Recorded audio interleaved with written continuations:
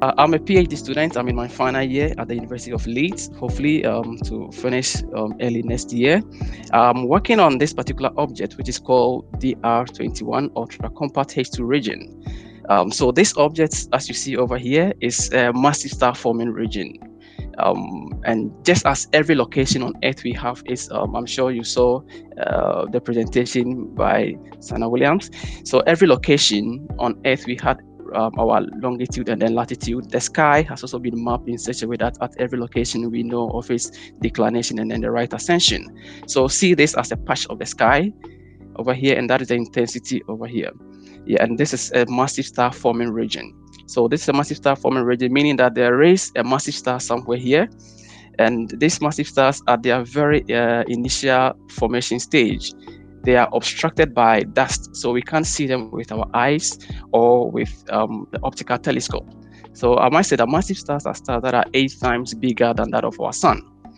And these massive stars, they emit copious amounts of radiation in the ultraviolet range, which are capable of heating up the dust particles and making it possible for us to study the dust emission using in the infrared region using ground-based telescope. And this is the James Clerk Maxwell telescope, the Scuba telescope, which is the sub-millimeter common user barometer array telescope in Huawei.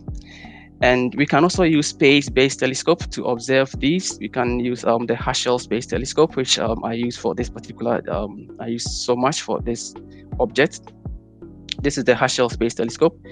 And because these massive stars, they emit high ionizing radiation, this ionizing radiation, they are capable of ionizing the abundant hydrogen in the interstellar system, which then so this is the region which we call the H2 region. This is the ionized region. So once the radiation heats up the abundant hydrogen, it forms this ionized region, and that is where my concentration is. And we use ground-based radio telescope. This is the Very Large Array Telescope in the New Mexico in the United States of America.